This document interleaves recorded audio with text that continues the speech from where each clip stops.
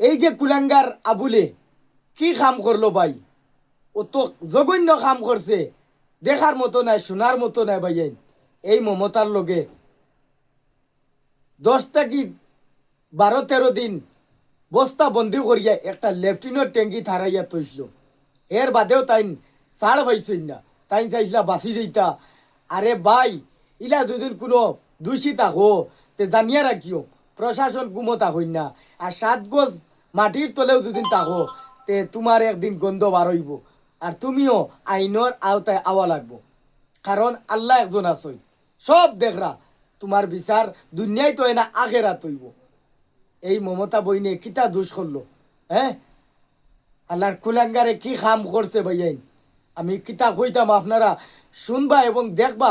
এই ভিডিওর মাধ্যমে আপনারা গানের মাধ্যমে শুনিয়া যাইবা বিস্তারিত কোন জায়গার ঘটনা ভাইয়াইন, হওয়ার মতো নাই। আর এখান জানিয়া রাখিও, কোনো ভাইয়াইন কোনো দিন যত বড় অপরাধ করো কিন্তু ছাড় ভাইতাই না ভাইয়াইন, জানিয়া রাখিও।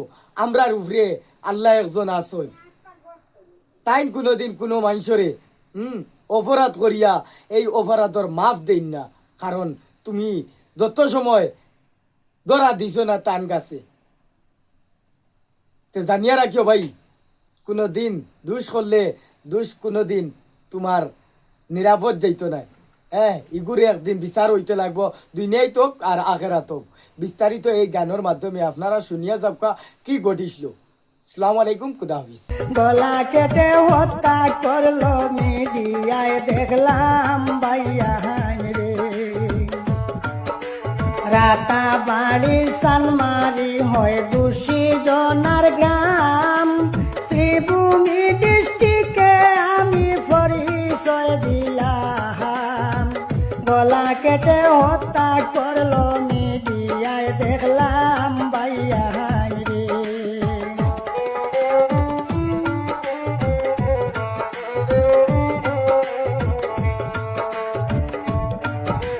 13 দিন পর মমতার লাশ হইল উদ্ধার, বস্তায় পরে লেফটিনর রাখছিল কুলাঙ্গার। কেমনে করলো আবুল হোসেন পাষাণ্ড সীমার বাইয়ান রে। 13 দিন পর মমতার লাশ হইল উদ্ধার, বস্তায় পরে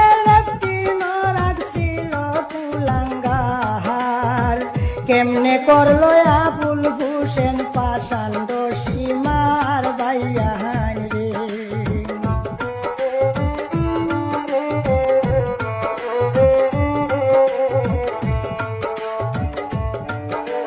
রাতা বাড়ির থানায় দোষী 2 জন ধরিল, আসামি আবুলের সাথে আরেকজন ছিল। এই 2 জন মিলিয়া তারে প্রাণে মারিল।